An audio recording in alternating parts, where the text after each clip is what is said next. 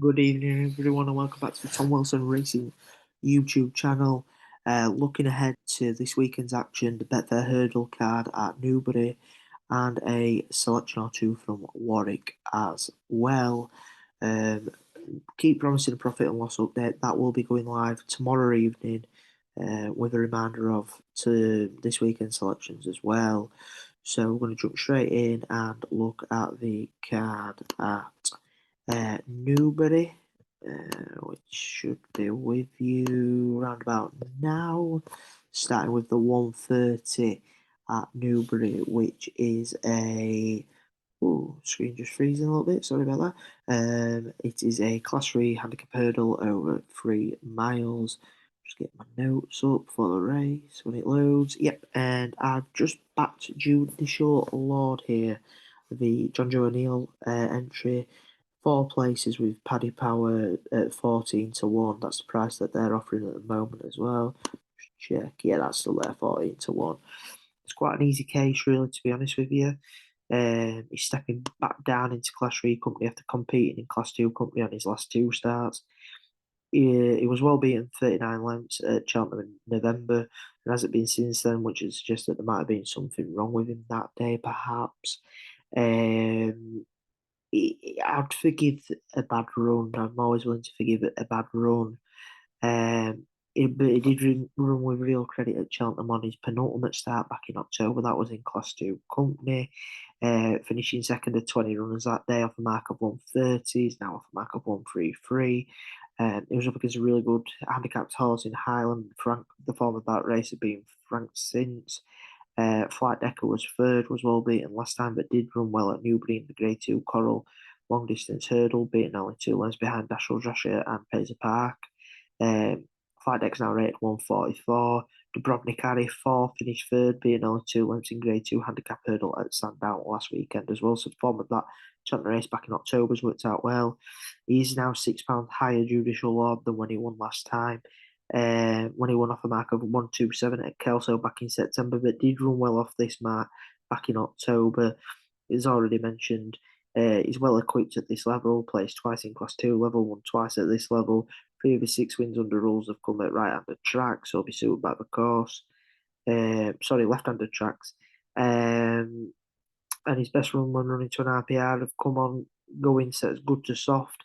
However, I wrote that the other day. The forecast has changed quite drastically since then, but he has got form on soft ground, finishing third at Cartmel back in August and heavy ground at Cartmel back in July as well. I think they could run a big race here. Stable form might be a slight concern, but I think at 14 you're getting plenty of compensation for the fact that there's a chance he may bomb out potentially. But yeah, 14 to 1's fair each way price there. Moving on to the Denman Chase. If conditions are going to be as testing as what people are saying, I don't think they'll run Shishkin. The Gold Cup is obviously his target. I think they'd like to get a run into him, but I'm not so sure Nicky Henderson will risk bottoming him out on heavy ground. Can't be having Hitman Sam Brown's well off the quality needed as he's does now. That was protector at 5 to 2 at the moment looks a fair price. Yes, I know he disappointed in the Betfair Chase at Haydock back in November. Well beaten that day when he was really well fancied, but the skeleton horses were known to be needed in the run at that time. He bounced right back to form at Cheltenham in December when carrying top weight in a handicap. He was beating only 3 lengths that day when conceding plenty of weight all round. Much better outrunning his odds of 16 to 1. And I thought he'd run an absolute cracker at Lingfield last time out as well. He was conceding weight to La Presse, £4, and he was beating only 2 lengths. La Presse has gone right to the top of one of the main British hopes for the Gold Cup. In the absence of Shishkin, you could end up with a very good price at 5 to 2 if you back him down. That's the way I attack the race anyway. 5 to 2 about Protector at. I think that looks a fair price. He's well ahead of the rest. Obviously, Shishkin hasn't completed yet this year either.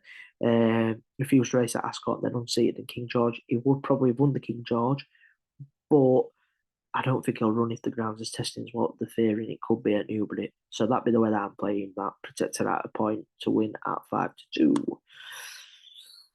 Game Spirit now, as you can see, I've marked a few of these off. Simply, I know few around Savola has won this race the last 2 years, but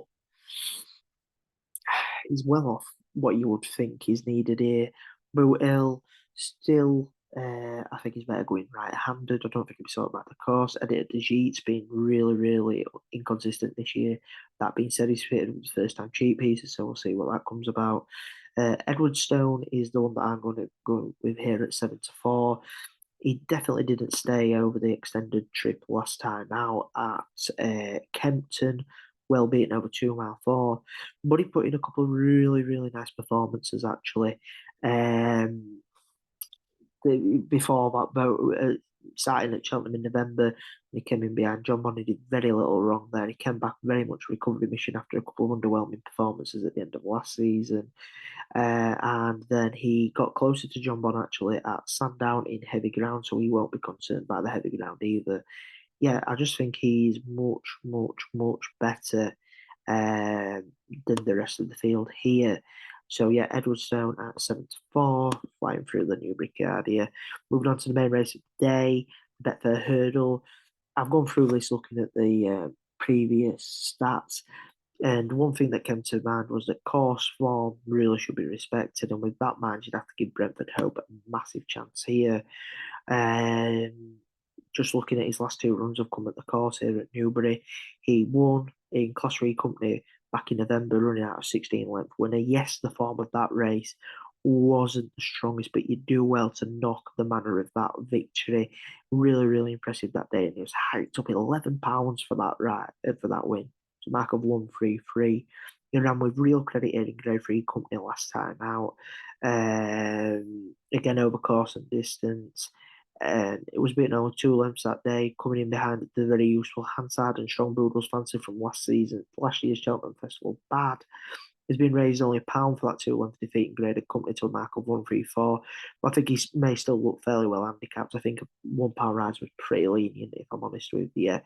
And considering the manner of that victory back in November, fitting in the first time tongue strap is also interesting, given that when he was fitted for cheap pieces for the first time, he won. So yeah, I think that's a massive, massive bonus for him. Testing ground may be a slight concern, but he has run well on soft and heavy ground on the flat. And trainer Harry Durham is in fine form as well on a 27% strike rate. I'm going to take the extra place available with Sky Bet, 7 places there, and backing 11-1 each way. Brentford Hope. Now, what we're going to do is we're just going to skip across to the Warwick card, and we are going to go into the JCB Hurdle. I thought Warlord was a really, really interesting runner here, given that he hasn't been seeing over hurdles for quite some time now. He's been primarily running over fences. 8-1 each way is a fair price. If you look at his handicap mark, he's off a mark of 131, which gives him £5 in hand with his chase mark. And if you consider that Freddie Ginger is also claiming 5 here, that puts him off a mark of 126 effectively, which gives him £10 in hand with his chase mark, which is fairly quite considerable when you consider that he was running in the Holden Gold Cup at Exeter off a mark of 145 and finishing third, only beating 3 lengths on his seasonal reappearance in November. He's a class operator, to be fair. He ran with real credit in the Arkle back at the Cheltenham Festival in 2022. Second in a Grade 1 at Aintree in 2022 as well. He finished third behind Grenadine. He's got some really nice form over fences. I think coming back over the hurdles, I don't know if it's sort of a recovery mission with a look at getting him fit for a festival chase next month, or if potentially this is where they're looking at it and getting him into a handicap hurdle contest, maybe. I don't know. But given the current jockey form of Freddie Ginger, I think he's running to a 33% strike rate. The Tizard stable's in fair form as well. I thought 8-1 was a fair each way price, to be honest with you. So that's how I'll be playing that race. And there's nothing else from me for Warwick. So that concludes tonight's video. Hopefully we get some winners on the board. As I said, profit and loss update tomorrow night. And I'll be back next week with a look at to next weekend's racing. Until then, Best of luck with your punting. As always, gamble responsibly. Please like the video, subscribe to the channel, give me a follow over on X at RacingTJW. Cheers.